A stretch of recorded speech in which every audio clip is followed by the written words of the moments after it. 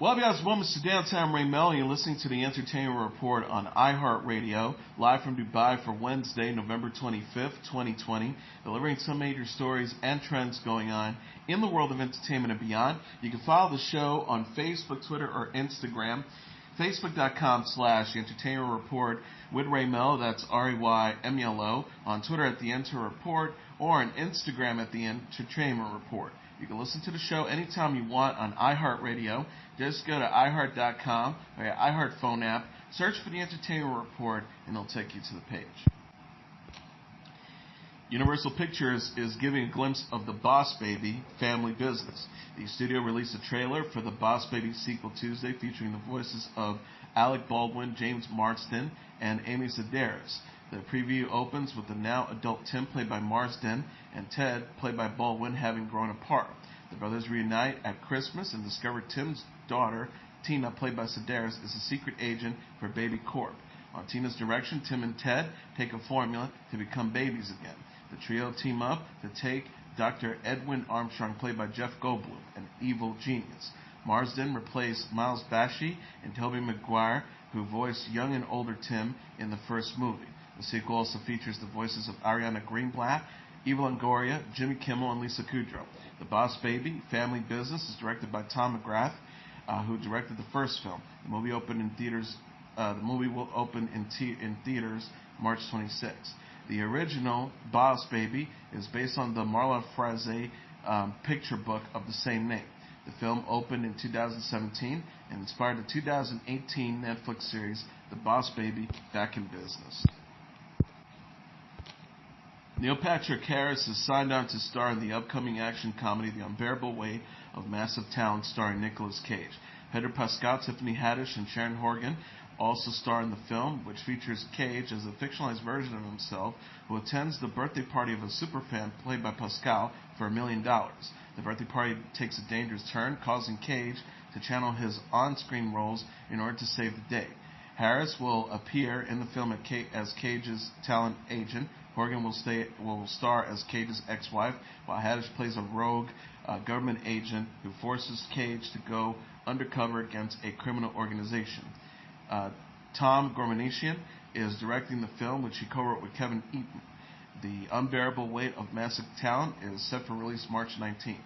Harris will next be seen in Matrix 4 and the limited series It's a Sin on HBO. The sci-fi series The Expanse will return for its sixth and final season. Amazon Prime Video confirmed the Expanse official Twitter account Tuesday that the show has been renewed for Season 6 ahead of its Season 5 premiere. The post reads, "You can't stop the work. Season 6 is a go."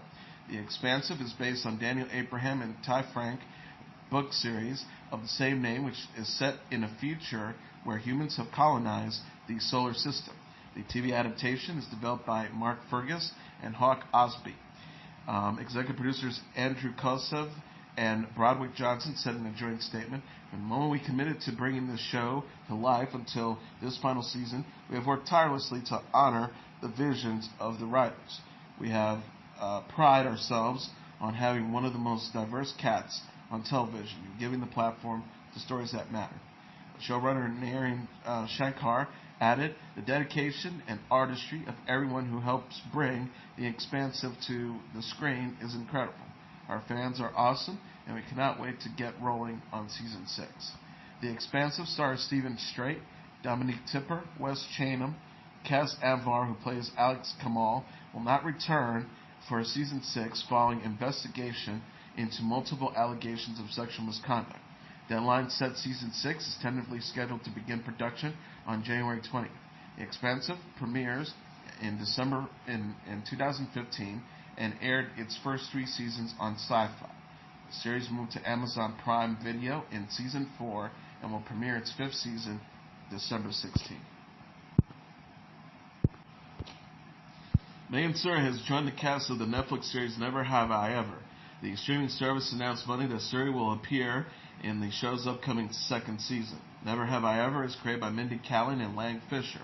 The series partly is inspired by Kaling's childhood, following Devi Vishkar Kumar, played by Moroccan Rishian, an Indian-American teenager living in Los Angeles. Suri will play Anissa, a new student at Sherman Oaks High School whose confidence and radiance will pose an immediate threat to Devin. Netflix shared the news alongside a video of the Never Have I Ever cast on the set. The series co-stars Darren Barnett, Richa Morjani, Purna Jaganathan, and Jaren Usen. The caption reads, "The cast of Never Have I Ever is hard at work on season 2. I want to introduce you to their newest co-star at Megan Suri." Suri celebrated her casting in a tweet on Tuesday. She wrote, "I couldn't have imagined being welcomed into a new family and family any better. You're all so sweet, and I can wish I could hug you all." She wrote, "Thanks for your thanks. This support means the world to me." At Never Have I Ever, hashtag Never Have I Ever.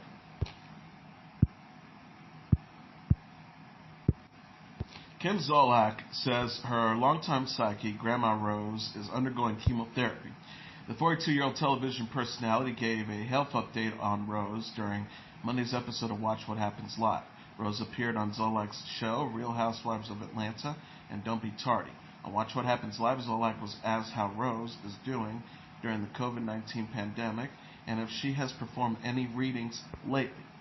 Zolciak says Grandma Rose is actually going through chemo right now. She's doing great. She has predicted a lot of things. She called me up randomly and told me, like, that is easy. She said she's actually doing really well. She moved in with her daughter, which is a big move for her because she's very independent. She's living and enjoying with my daughter, eating, enjoying life. She's doing pretty well. Zolciak says Rose is, quote, no longer reading for anybody else. She says, "I get this about 10 times a day in my email." She does not read for anybody anymore. She's like 88 or 89. Rose shared a birthday with Zolciak's 6-year-old twins, daughter Kaya Rose and son Kane Red. Zolciak chose Kaya's middle name to honor Rose, with whom she describes as like a grandma to her kids.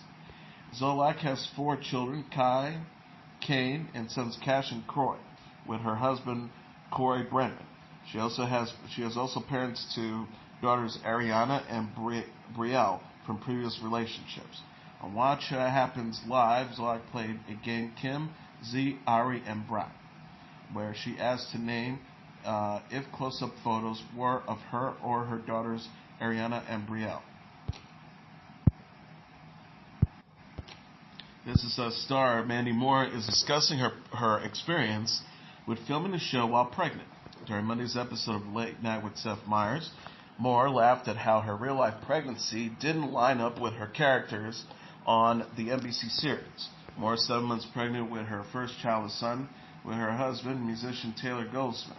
On This Is Us, Moore plays Rebecca Pearson, a wife and mother who was once expecting triplets with her husband, Jack Pearson, played by Melo Ventimiglia. On Late Night, Moore remarked on how the multiple timelines on This Is Us made it impossible for her real-life pregnancy to perfectly match up with the scenes of a pregnant Rebecca. Moore said, "It's funny because the trajectory of our show is we're sort of jumping around in time all the time. In fact, the very first episode I was in, we sort of took it back to going to the hospital to give birth to the triplets that day." She recalled, "I was like in this full, heavy, 8-month prosthetic triple belly and boobs, and she recalled, I'm like, geez Louise, could we postpone this for not just a few more months and I could help out a little bit myself with my own body?" The star added, "But of course, I think true to form, by the time I'm waddling around at my most pregnant, we'll probably be shooting something where I'm supposed to be 25 and fresh face and getting married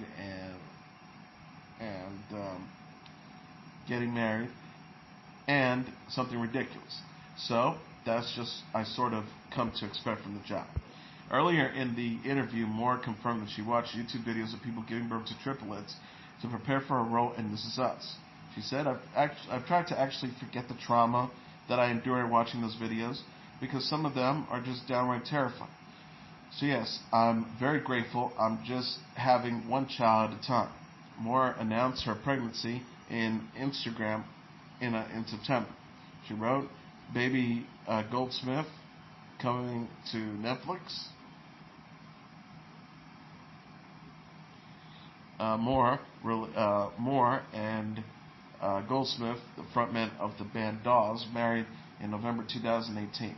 The couple collaborated on Moore's 2020 album Silver Linings, her first studio album in 11 years. Moore released 2 holiday songs, the original song How Could This Be Christmas, and a cover of It's the Most Wonderful Time of the Year this month. On Late Night, Moore said recording the songs was a way to expand her creative energy during COVID-19. A collection of costumes from the 1995 Mortal Kombat live-action film became available Tuesday on the Mortal Kombat 11 video game. Fans can purchase the classic MK movie skin package, which includes movies inspired by the looks of Johnny Cage, Raiden, and Sonya Blade. Stars Lyndon Ashby, who played Johnny Cage, Christopher Lambert, who played Raiden, and Bridget Wilson-Sampras, who played Sonya Blade, have also returned to voice their respective characters' voices. Wilson-Sampras said as Sonya Blade in a new gameplay trailer that showed off the costumes, "Any ring I step into is mine." Mortal Kombat 11 is available on the PS4, PS5, Xbox One, Xbox Series 2, Nintendo Switch, and PC. Players who own the game can upgrade to the PlayStation 5 or Xbox Series X version of the title and free. Sylvester Stallone's action movie Rambo was added to the game in October, joining a list of guest characters that have also included the Terminator, RoboCop, the Joker, and Spawn.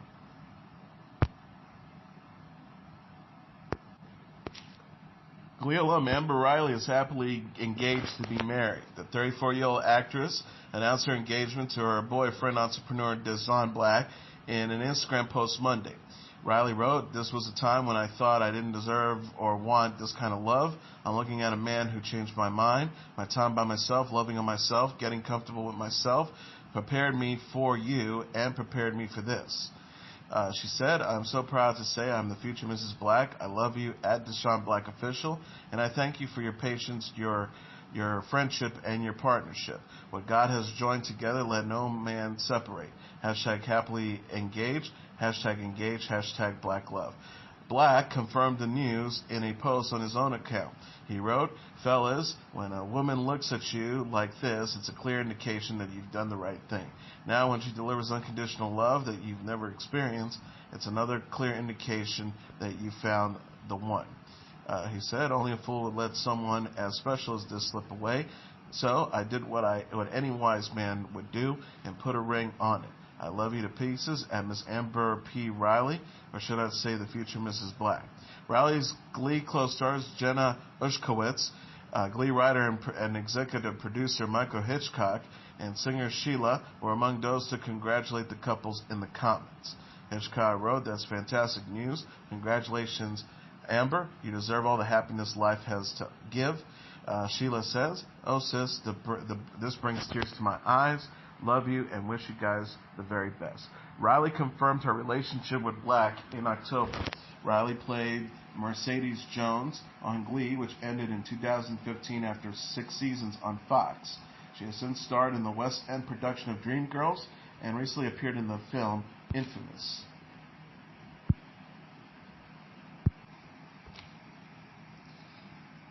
Miley Cyrus is sober again after experiencing a setback during COVID-19 pandemic.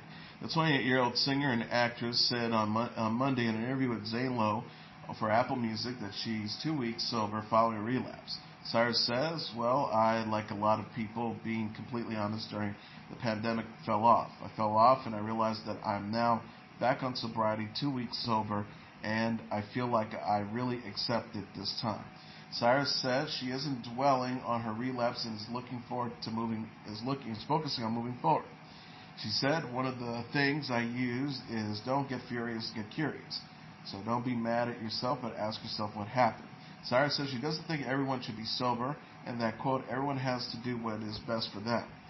The star says, "I don't have a problem with drinking. I have a problem with the decisions I make once I go past that level. I've just been wanting to wake up 100% 100% of the time. She added, I'm very disciplined. That's why it's never easy, but it's pretty easy for me to be sober or in and out of sobriety because it's like the day I don't want to do it anymore. I don't. The day that I do, I do. Cyrus announced in an interview in Variety in June that she was 6 months sober. She started living a sober lifestyle after having vocal surgery in November 2019. Cyrus says at the beginning it was just about this vocal surgery, but I've been thinking a lot about my mother. My mom was adopted, and I inherited some of the feelings she had, the abandonment feelings and wanting to prove that you're wanted and valuable. She added, I did a lot of family history, which has a lot of addiction and medical health challenges. So just through that and asking, why am I the way that I am? By understanding the past, we understand the future, and the future much more clearly. Cyrus will release her 7th studio album, Plastic Hearts, on Friday. The album features Edge of Midnight, a mashup of Cyrus's Midnight Sky and Stevie Nicks' Edge of 17, and the song Prisoner featuring Dua Lipa.